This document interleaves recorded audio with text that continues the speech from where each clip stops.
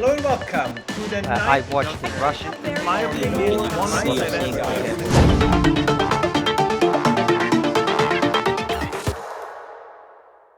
Professor Norman Fenton, and I'm very excited about this conversation because at the beginning of our talk, I hope that he can explain to me things that I haven't talked about a lot, which is COVID policies, vaccination policies, the rollout, because it is something, full disclosure, that I just don't understand enough about. But I have listened to him talk about it. I have listened and read his writings, and he's one of the most informed people on this. And I believe, from what I have read and heard, that history so far has proven him right. So I think he's the perfect person to talk to us about this. And he has also written a book recently, together with a co-author, titled Fighting Goliath. I hope you can show it to us. Yes. And we'll also put it a link both to Amazon and to the publisher in the description of this video. So get it. It's a very interesting read, and I particularly like the way it is built. So this is kind of about the actual facts, the data, the numbers, which very much speak a language that was not reflected in the, let's call it, official narrative.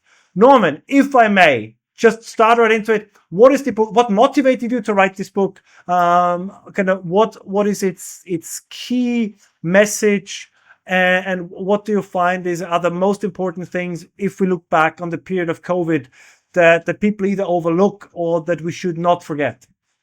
The key message is that right from the start, which is round about kind of like spring of 2020, when the whole sort of COVID event kind of exploded, we realized straight away that the narrative of at that time of a deadly virus was being spun based on data which was easily manipulated to make it look like there was this deadly virus. But once you actually got into the data, even the official data, and started to look for sort of causal explanations for why we were being presented with the data we realized that the entire narrative was really based on these easily manipulated data. And we started to document our concerns about this. I mean, initially because we felt there wasn't the evidence to support the lockdowns. That was the first concern. Even if there was a deadly virus, which we were suspicious about, we weren't convinced, we didn't really know at that time, but we were suspicious that it might not be. But even if it was, we didn't think that justified these kind of like draconian lockdown measures, which were an incredible, one of the worst infringements of civil liberties that we've seen in modern times. And then later on, we realized that the basis for the claims of this unbelievable pandemic, which was, covering the whole world, were largely based on, it was massively exaggerated claims based primarily on the flawed testing, the flawed diagnostic test, the PCR test. And subsequently, those exaggerated cases, which were being inflated because they were basically testing more and more people who didn't even have any symptoms and never went on to develop symptoms, but because of the flawed test, a significant proportion of people who were testing positive and classified as cases were simply false positives, right? But the more you test people, and we had this incredible exponential increase in testing around about autumn of 2020, interestingly enough, after the first lockdown started to ease, they said, if we're easing lockdowns and people going back to school and to work, then we better actually start really testing people, everybody, to check that they haven't got the virus and they're not going to pass it on. And that basically created what was essentially an artificial, massive second wave, which they claim was much bigger than the first wave.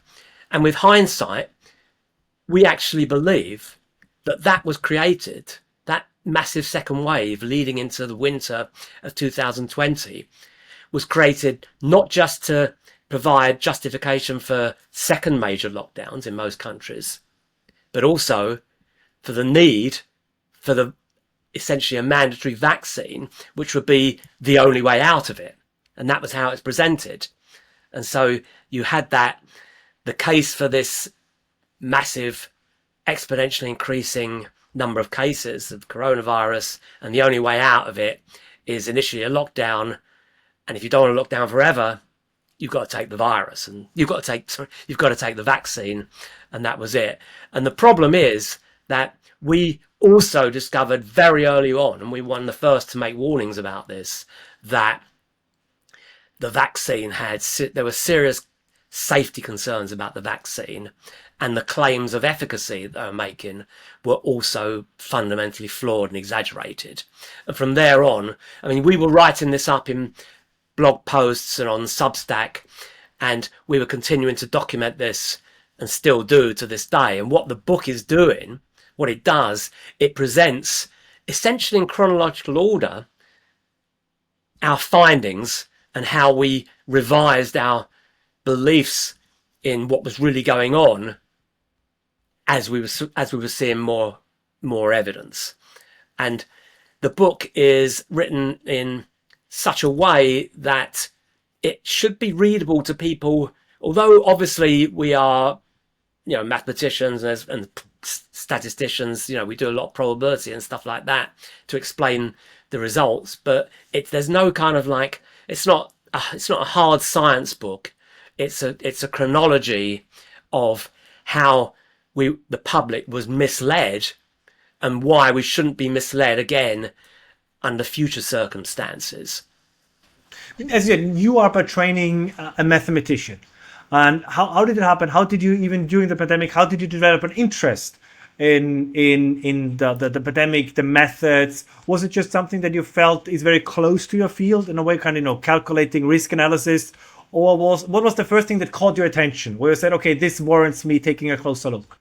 Well, we were already involved. Actually, I was actually leading a very quite a high-profile collaborative project, which was looking at improved risk assessment for chronic medical conditions. So, in a sense, it was a natural fit to that. It was inevitable that we were going to look at the early, and of course, that was all kind of like mainly data-driven, right? But also involving expert judgment, because that's what we do. It's a combination of data and expert judgment. We produce these causal models, which basically create improved risk assessment, decision support aids for example, clinicians and also members of the public to assess, better assess the risk of these chronic diseases. So it was kind of inevitable we would look at the COVID data because, that was, another type of disease, which was not dissimilar to, stuff that we'd looked at in the past. So we were starting to look at it, and straight away I saw that there was effectively what I now would regard as a scam going on, because there was nothing really to suggest the need for the lockdowns when they first started in March of 2020, when in the UK, other places were earlier. I mean, we were really suspicious. Those Chinese videos, with people sort of collapsing in the street, were already kind of like, our suspicions, let's say, were raised by that. It didn't look real. And yet, all around us, people were saying, we're going crazy. Well, who's the crazy ones here? I don't quite understand it. We had other academics who were suddenly, supposed to be good scientists, suddenly ignoring all of their scientific principles and saying, well, we haven't got the evidence, but we just got to we just got to throw away all our civil liberties because we can't take the risk. Well, we do risk assessment. We've done this all the time. I mean, we saw, you're aware that, you probably aren't aware, in the UK, the day before lockdowns were imposed, the government had already declared that COVID wasn't a high risk disease. So why were the lockdowns then imposed the next day? And people have forgotten, this. And then we had other academics who were brought into government under this sort of SAGE committee thing, where these people were essentially extreme left authoritarians in their political views. And so it's kind of like inevitable that they would be recommending authoritarian measures and in fact creating essentially a psyop. I mean, the lead person on the government's sort of behavioural insights team, the people who are recommending most strongly the lockdowns, were saying we have to frighten this. We've got to make the public much more frightened, because they're not sufficiently frightened at the moment to believe that they need to lock down. And so you had all this fear campaign, which was actually created, inspired by academics. And this is the other thing that really concerned me right from the start. It was academics who should have been the people most concerned with upholding sort of freedom of speech and freedom of movement and protection of civil liberties. They were the ones most insisting that all of those things had to go out of the window. Do you think, I mean, when you look at how it unfolded, because if I remember correctly, the UK were governed by a conservative government, at least on paper, by a conservative government at the time. Austria had at least the leading party with the Greens was the Conservative Party, and Austria had also very, very harsh and very strict lockdown measures. Do you think that governments originally started to be overly cautious because they said, oh my God, what happens if this is in fact such a deadly disease and we didn't do enough, and thereby kind of almost boxed themselves in? So it started out as being overly cautious. Once they found out that they were overly cautious, they said, oh, well, we cannot admit that we were wrong. So they continued to pursue the wrong way. Or do you think that there was maybe something, for lack of a better term, indeed something almost conspiratorial behind it, not in the sense that we want to punish our people, but to kind of maybe test the ability of a government to implement such hard measures? Now, again, I don't try to put you into a corner here, but what do you think could be the motivation? I think it's a combination of both. In fact, most of the decisions to lock down came originally from the ridiculous flawed analysis that was done by Neil Ferguson's team at Imperial College, right? Because the British government, who should have already seen that all of his predictions in similar cases over many years were always flawed. That was the gentleman, right, who himself then broke the lockdown rules to visit his mistress, if I remember correctly. Exactly. They're all hypocrites. Unbelievable. And they really never believed it, right? But this was what he did, and this is what academics do, and they like the glory of it.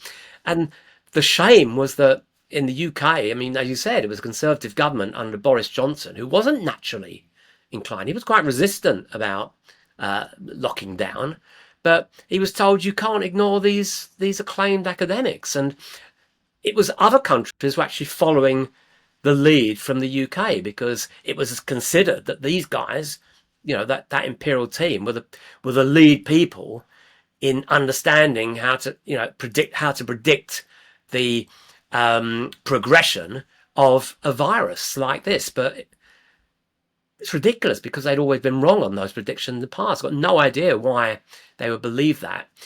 So there's a little bit, there's the potential to interpret some potential there for sort of a conspiratorial basis for that. But as you said, there's also this idea that they were so scared by this that they didn't want to be the ones who were left behind if it turned out that this was really going to be as deadly as they thought. But from that point on, as soon as the lockdowns, came into force, I think then there was the momentum to basically test out. I think they were testing out how much they could control the population. I think they could never believe they could hoodwink so many people so quickly into giving up all of their fundamental rights. And I think they were kind of like a lust for power. And then with the involvement of the pharma companies, saw this incredible opportunity to make these incredible profits from the vaccines. But you could only do that if you could convince the public that they're going to be locked down forever because of this. It's so serious that the only way out is the vaccine. If we try to parse a little bit, what was true, what we know now was true, and what was not true in hindsight. Yeah.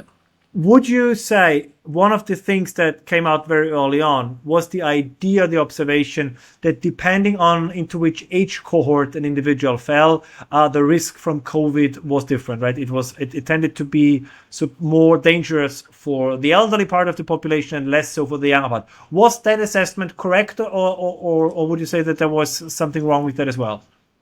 There's something wrong with that as well, because certainly in terms of the people having been classified as dying from or with COVID, that's true. So it was a disease of the elderly. There's no doubt about it. So, for example, I can tell you that in the UK, for the whole of the extended death period of COVID, which was 2020 and 2021, those 2 years, there were only 3 deaths of people under the age of 20 from COVID who didn't have other very serious comorbidities. That's from a Freedom of Information request from the UK government. So we know things like that. But that pattern, the profile of deaths, the older you are, the more likely you were to die from or with COVID. Well, that's the pattern of death for any flu type virus, for whether it be pneumonia or classic influenza. And the problem was that we have the evidence now that the only real unusual peak in deaths, which would be synonymous with some new deadly virus, occurred in March and April of 2020, where you had these incredible peaks in places like Lombardy, Italy, New York, and London in particular. Those were 3 of the most affected areas. And of course, those peaks coincided with draconian measures of dealing with the elderly under the assumption that we had this deadly virus happening.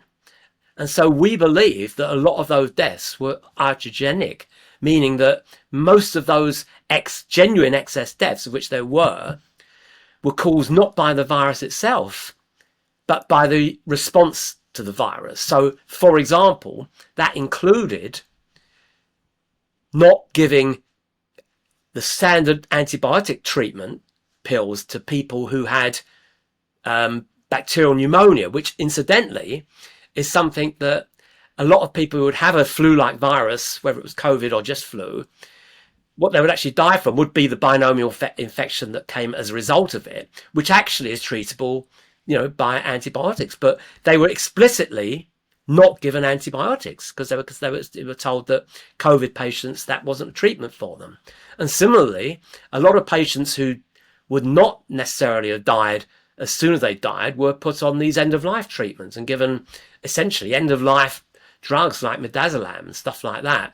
And you've also got the inappropriate use of ventilators, which in many cases, people were put on ventilators not for their own protection, but for the protection of the staff dealing with them. They felt that was a way of stopping them from getting COVID from these people. So all of these measures, and the completely unjustified in many cases, do not resuscitate measures, putting all the elderly into moving them out of hospitals to care homes where they weren't allowed to have visitors, including the closest relations. And in many cases with very old people, that lack of immediate family contact and support, of course, is going to create early deaths. And that's what happened. So all of the evidence since points to that. And then you've got issues like somehow, nothing, we had this vanishing flu. Why did flu suddenly vanish for those 2 years? Well, we believe that the diagnostic testing was not sufficiently accurate to detect the difference between flu and a novel coronavirus. So many of these cases were just of course flu.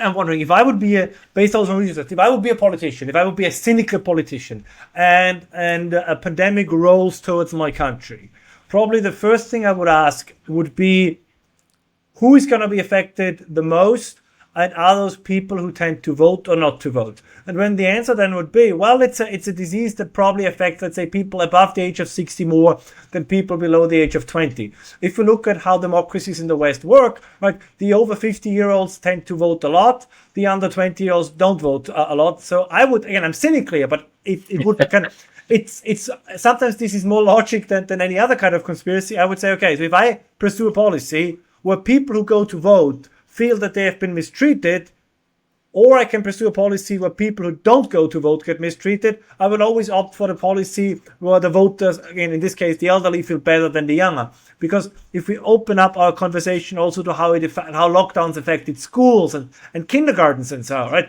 Nobody cared about what it meant for the younger generation, right? Yeah. If as you said, we talked about, and I think it's a very important topic, about how the elderly were affected because they lost human contact. But in many ways, young people also lost human contact in the most formative years, or some of the most formative years of their lives, right? First loves, first dances, first rendezvous, all these things that I think we think back very fondly, and that are very, proms, and that nobody kind of was at all worried about it. Do you think that kind of almost very cynical, cold electoral calculations could have also played a role? Again, I don't want to put words in your mouth. I'm just curious about what you think about this. Fun enough, that is one of the conspiracy theories I hadn't yet thought of. Sorry, I'm just going to close this down because I'm getting these.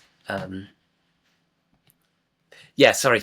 That's one of the conspiracy. Yes, one of the conspiracy theories that I hadn't thought of. Actually, that's an interesting one. I would have thought actually it was more the case that, knowing that many of the sort of the leaders of the countries which enforce the harshest lockdowns were, let's say, among those elitists who feel that there's kind of like an overpopulation problem, and in particular a pension fund problem, that they've not got enough money to pay the pension, to pay off, all of the pensioners.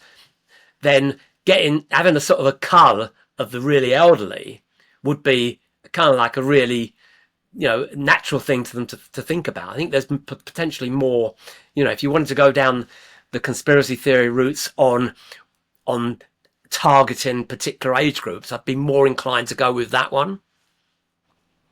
And it sounds, again, it sounds cynical, but I'm sure that such considerations, at least behind closed doors or within somebody's mind, were popping up. I mean, as you said, even in China, right? I mean, it is whatever. I have no idea, so I cannot speak on it because I'm not an expert on this issue. But of course, if you look at the demographic trouble China is in, if you then would have a virus that reduces the number of the elderly, that there is at least a temptation to say, well, maybe we should wait a little and let this run through the population, and thereby, as a consequence, ease the pressure on the welfare system, on the pension system. I mean, we do the same when you look at things like abortions, all right? We always make the argument, it's an economic consideration, or when we say, that people with, when you can prenatally detect certain handicaps or certain deformations, or so, that they say maybe these people should get aborted, these potential children should get aborted. So we think about this at the beginning of life, so that some then say, well, you could apply the same thoughts when it's closer to the finite part of life. Wouldn't be that surprising, would it? Yeah, no, it wouldn't. You're absolutely right. But it's interesting you mentioned China there. Of course, one of the things we saw also, which was a kind of like a sign that nothing that we're being told was really the truth, was the fact that China, which was initially, that was where it all started, and that's where you saw these ridiculous videos of people dying, collapsing in the street, and the ridiculously harsh lockdowns, had almost no deaths. They weren't recorded. No, after, I think they recorded a tiny, a few, I think it was maximum. I think they might have recorded up to 30,000 deaths in the whole of China in leading up in sort of February and March of 2020. Not a single death after that. Not a single one. They never recorded any COVID deaths.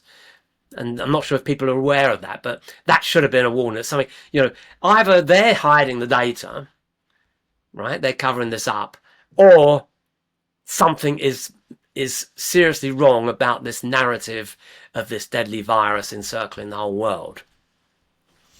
When we look at the methods that were enacted, there's a few things I want to touch on. The first one would be, what's the story of, or as you recall it, what was the story of AstraZeneca? Because I think of many of the vaccinations, that's a very interesting one. The way it was rolled out, and then what happened afterwards. So yeah, I have a particular interest. There's a particular personal interest in AstraZeneca. So AstraZeneca, of course, was the one which was manufactured, was created by the team in Oxford University. So it's sort of the British, this is the British vaccine. It's a little bit different. It wasn't the mRNA. It wasn't an mRNA vaccine like Pfizer and Moderna, but it was still very novel and clearly hadn't had any kind of, well, certainly obviously no long-term safety testing or anything like that. But that was the one that was rolled out initially to great fanfare in the UK. Now, we were suspicious of all of the vaccines and the speed with which they were being rolled out without any long-term safety data. But initially, there was anecdotes. So literally they were in the UK. What they were doing was starting towards the end of December. They were giving the AstraZeneca to the oldest and most at risk in the population. Now, what people don't realise is that they were giving this even to people who were close to death, right? Because they were saying that, well, what you don't want is to have a person dying in agony of COVID, even if they're close to death. So even people close to death were given the AstraZeneca vaccine in that very early period.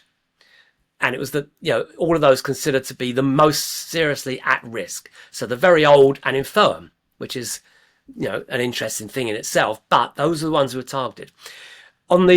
Within days, I think it was January the 1st, so the first day of New Year, a friend of mine whose father was an elderly man, I knew he'd had the vaccine the day before. He dies the next day. Now, he was an elderly man, but he wasn't, he wasn't one of those who was near to death, right? But he died within 24 hours of getting the AstraZeneca vaccine. And I said, well, this is surely related to vaccine. Oh, and not a single person from that family would countenance the idea that the vaccine could have had anything to do with it. Oh no, it was his time. No, nothing to do with the vaccine. So I knew then that there was going to be a problem here, that people were simply going to ignore what were potential vaccine serious adverse reactions or even deaths. It was not going to be ignored. It was going to be ignored, and it wasn't even going to be recorded. We discovered very early on, right? We discovered February of that year, that many of the deaths that the Office for National Statistics were recording, because they started to produce data on mortality by vaccination status. So you could tell the difference between, the mortality rate of those unvaccinated compared with those vaccinated. But we knew straight away that people who were dying shortly after vaccination were not being counted as vaccination deaths. They were either not being counted at all or being classified as unvaccinated, because they would say the vaccine didn't have time to take effect. This was another one of the scams throughout. They were classifying people, COVID, people who died from anybody who was vaccinated, who got COVID, who was tested positive.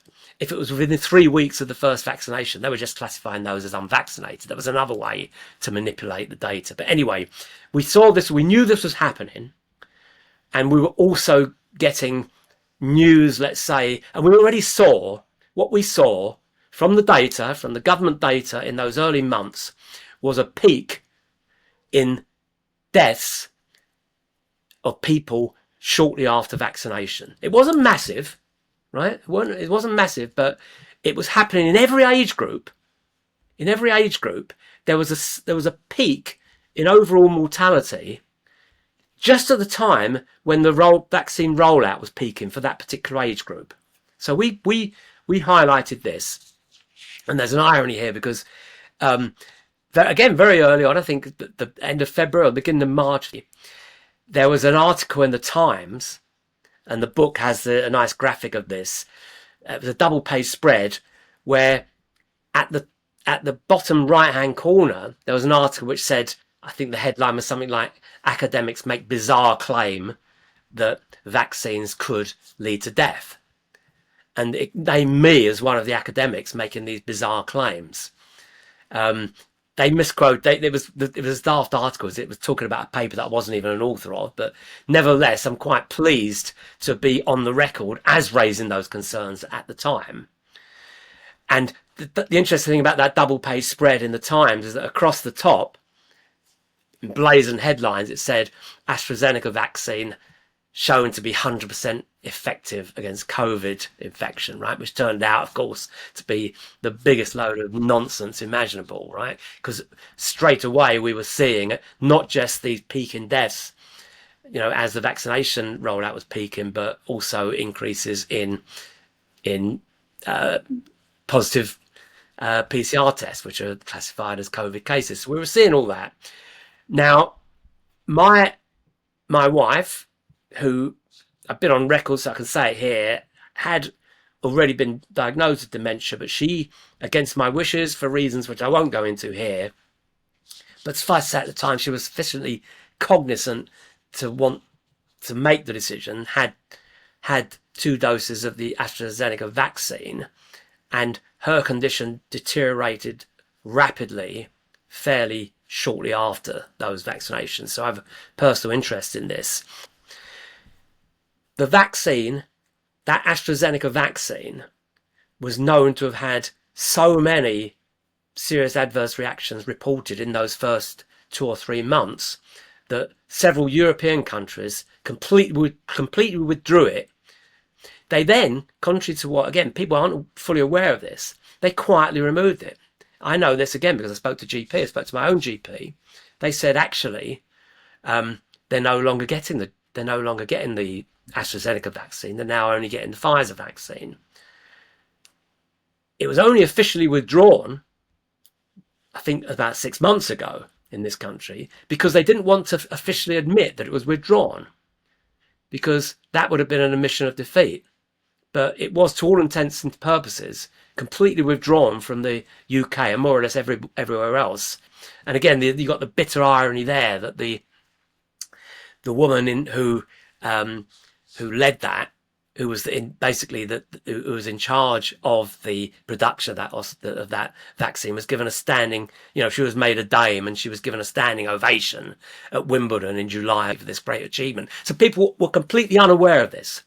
And that's important because subsequently, people who'd taken the vaccine after we'd warned of the dangers, and of course also people who subsequently took the vaccine the Pfizer vaccine long after we warned of the dangers of that, were being seriously injured or dying. And I mean, I've spoken to several of the vaccine injured, and they said to me directly that they were completely unaware of the warnings that we were making, and had they known about them, they wouldn't have taken the vaccine. These were people who had absolutely no clinical need to take the vaccine. These are healthy, youngish people, right? Yet a lot of those, there was a significant number of serious adverse reactions and even deaths, even coroner-confirmed deaths of people who took the vaccine long after we were making those warnings. But of course, here it comes on to the other thing that's a key feature of our book: censorship. We were completely censored from all mainstream media and all mainstream academic journals from getting this message out. But if you go to your doctor, if I go to my doctor, and for any kind of, this is what just on an intuitive level, and I would ask about any procedure, and I would ask my doctor, can you guarantee me that it's going to work 100%? Usually every doctor will say nothing is 100%. There can always be, there are people who are allergic against sunlight, people are allergic against penicillin, people are allergic against this. And why? And just almost for insurance purposes, why were governments and academics so convinced to use and in Austria the same thing, to use the 100% number? Why didn't they say, even if they believed it, just to be on the safe side, wouldn't you say 95%?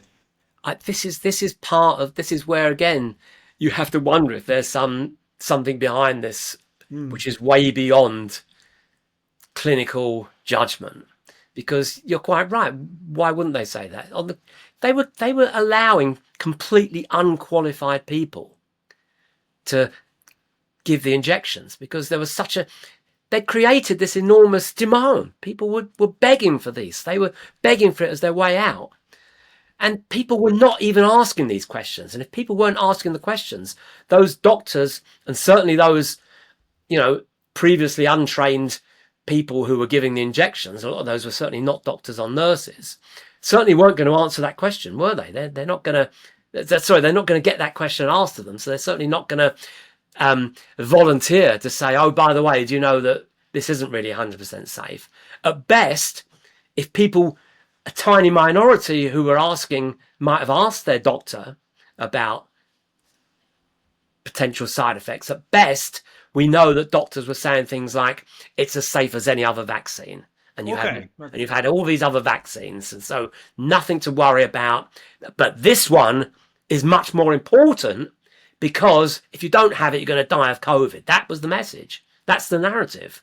That's how you created that environment whereby people were begging to be jabbed and, queuing up for hours to be jabbed and then get jabbed over and over again, even after they started to see that the only people who were getting COVID were the jab. The people who were unjabbed were not getting ill with COVID. It was only the jab. But they created the next bizarre narrative whereby people would say, okay, I've been jabbed 3 times now and I have got COVID. I feel really rough, but I would have been so much worse if I hadn't taken all those jabs. I mean, this incredible nonsense that was uniform. You had people we know that people were paid. Influencers were paid to put these messages out. They were paid to say the same thing. Why? I guess the only one could say, was it all well intended? I mean, this is kind of the only possible explanation among the only positive possible explanation. Well, again, one of the conclusions that we come to in the book, which marks it as different to a lot of the other. There's quite a few books about the COVID. We call it the COVID event, about the pandemic. There's a lot of books out there by people who are also, let's say, aligned with us in that skeptics movement. People who are always raising concerns that the narrative was not the true narrative was not the one as presented by all the governments and all the official authorities, right? So what's different is that we've more or less come to the conclusion that there was not only no significant pandemic, if there was a pandemic at all, there was an event which has said in that response to the pandemic in those months, and then the subsequent response with the vaccines, which created all kinds of problems. Certainly all of that happened, but there wasn't any significant pandemic caused by a novel deadly virus. We've come to that conclusion. We've also come to the conclusion that whereas most people in the skeptics movement and now assume that the virus was created from a lab leak in Wuhan because of all this of all this what do they call it, gain of function. Sorry, got me, because all the gain of function research, all of that, we're by no means convinced that created the virus, because we don't now even believe there was a particularly deadly virus. I mean, you get these novel, not particularly deadly coronaviruses happen all the time. So why would it necessarily be the case that it had to come from escape from a lab or something like that because of this gain of function research? And yet the new narrative from many, let's say within the skeptics movement, is that that's what happened. And the problem is, if that's what's happened, and you get people say, well, anybody now, someone with sort of 2 years of graduate chemistry education or undergraduate chemistry education could more or less create a deadly virus in their garage or something, then you've got the situation whereby the idea is that at any time we could be hit by another one of these man-made catastrophic viruses, in which case we have to be prepared for the next one of these, and we've got to have all these controls in place for the next one. And you think about the WHO, all these new WHO regulations, etc. It's all about that, right?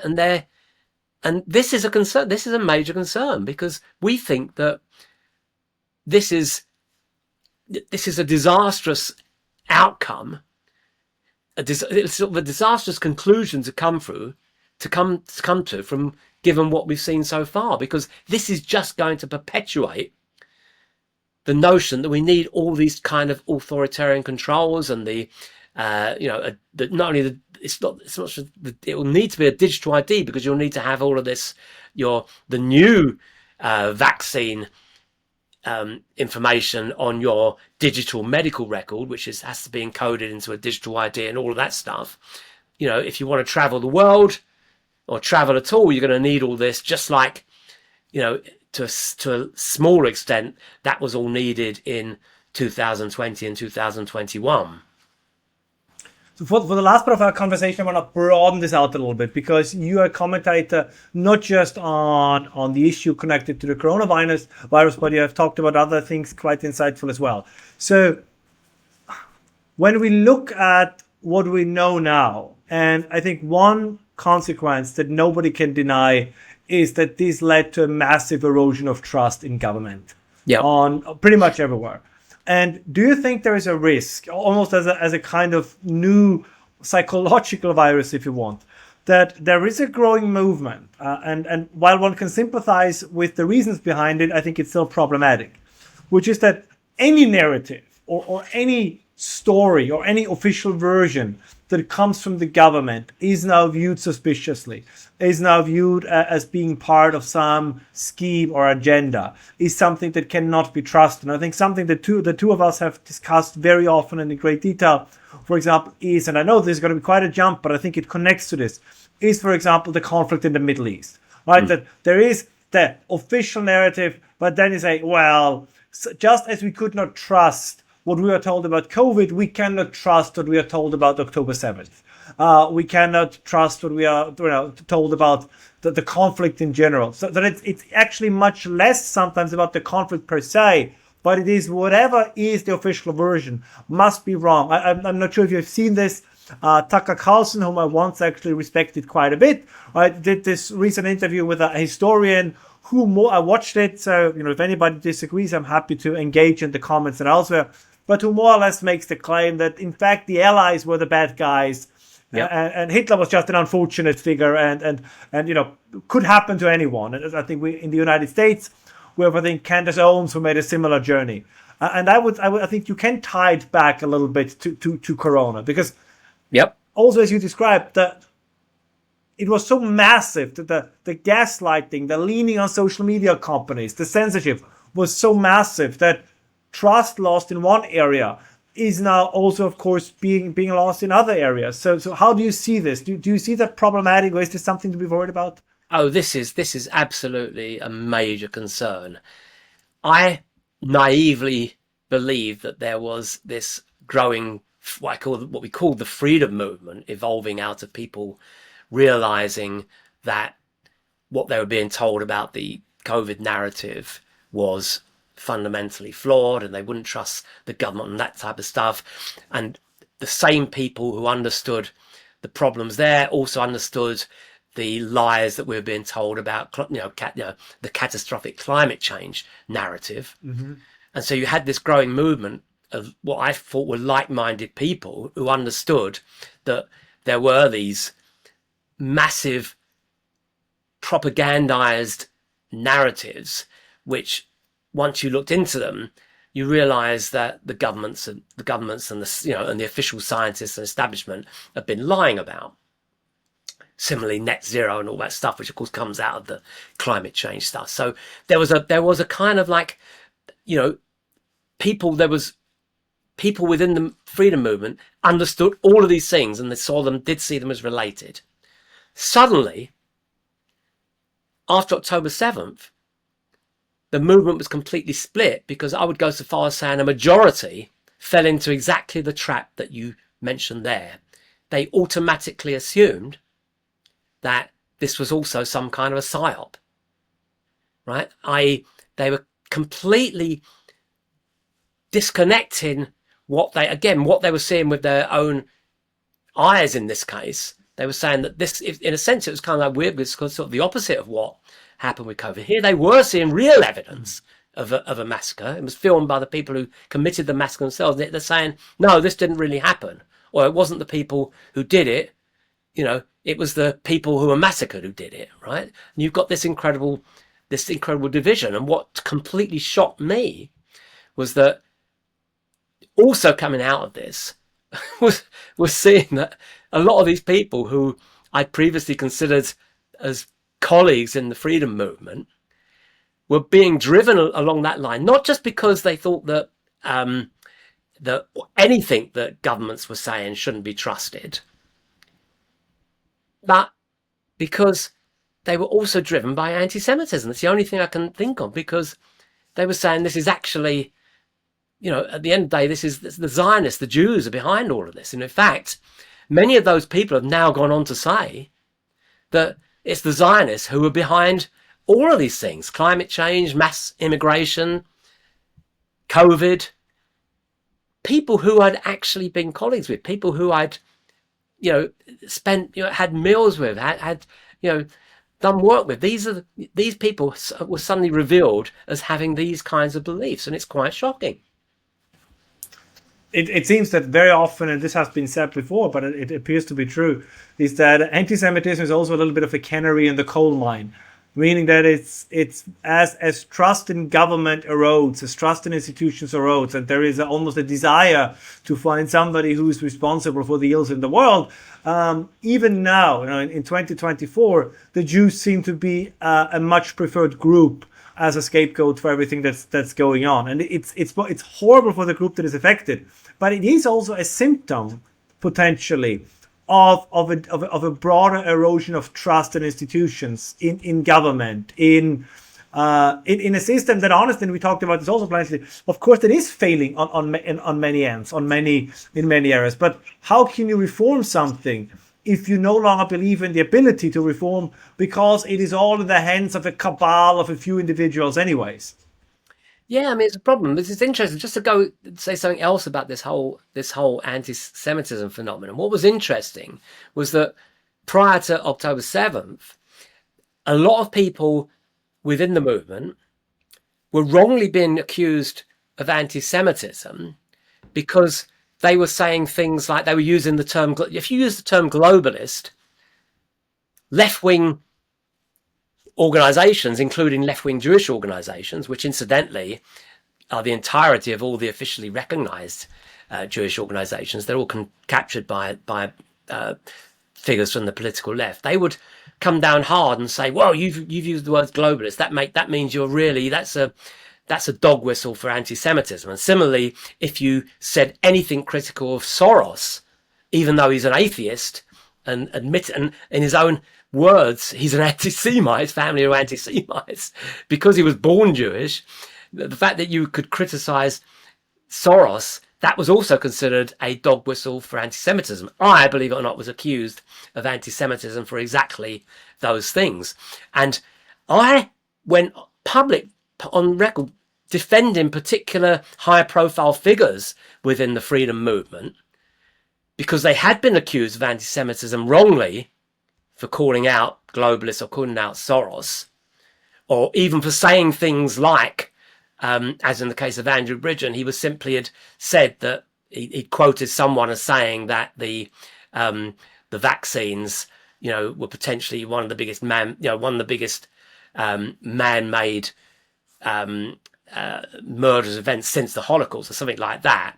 So simply for comparing it, he was actually booted out of the Conservative Party for that and called an anti-Semite. And I, again, publicly defended against this. And yet, those same people who I defended against for being called anti-Semites, for being wrongly called anti-Semites, many of them, after October the 7th, came out as actual anti-Semites by pushing this fake narrative that Israel was committing a genocide and that it was all maybe an inside job. The whole October 7th was an inside job, and now Israel's committing a genocide in Gaza, which is simply an anti-Semitic slur, because that's a lie which has been, interesting enough, pushed by a lot of the same mainstream media like the BBC or Al Jazeera or CNN, that these people know we're telling lies over COVID and climate change. The whole thing is insane.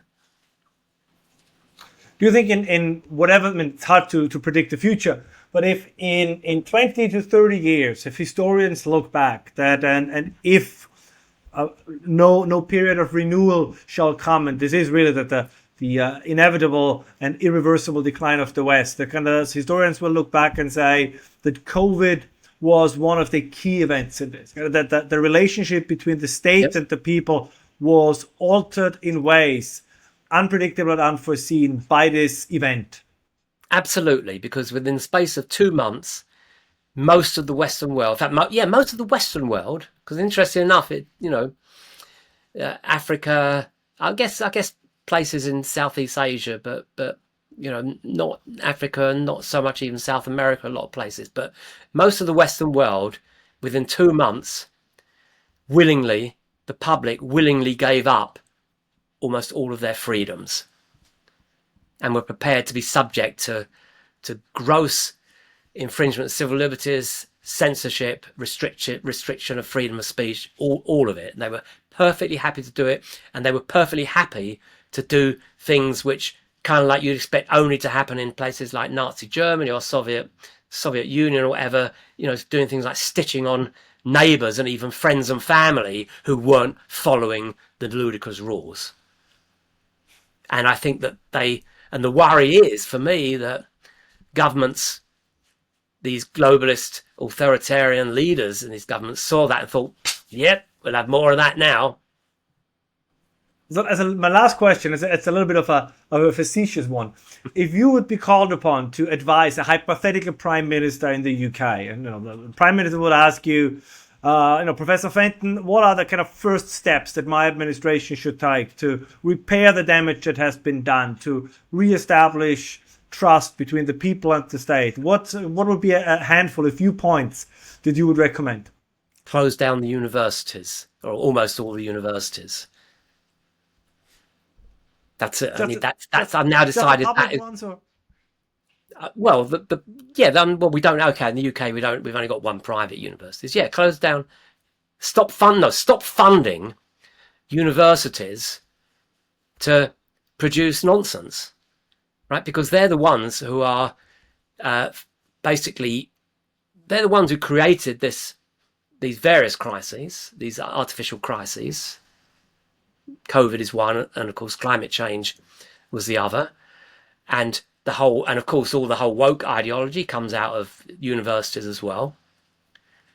And the graduates from those go on to be teachers in secondary or in primary schools, whatever, where that message is followed on. The universities are I believe a significant component of all of these problems.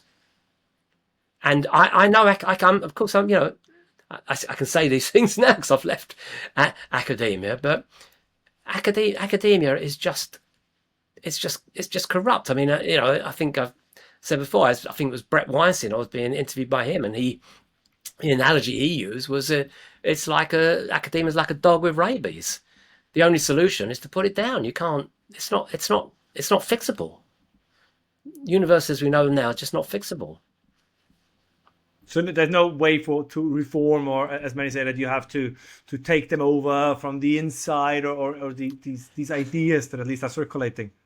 No, because I think that the good people like yourself, will be able to do their research and do their work outside of the existing university system, because there will be, look, what I'm saying is 95% of university funding is not only a complete waste, right, but it has major long-term negative impacts, right? But there should still be enough funding left for the sensible stuff that doesn't want to indoctrinate people, that isn't inventing crazy new theories, that isn't implementing cultural Marxism and all those things. So fewer gender studies and more engineers. Yeah, exactly. Okay. Well, on that note, Norman, Professor Fenton, thank you so much for your time. I'm sure we're going to have that conversation again in the future. Okay, thanks a lot.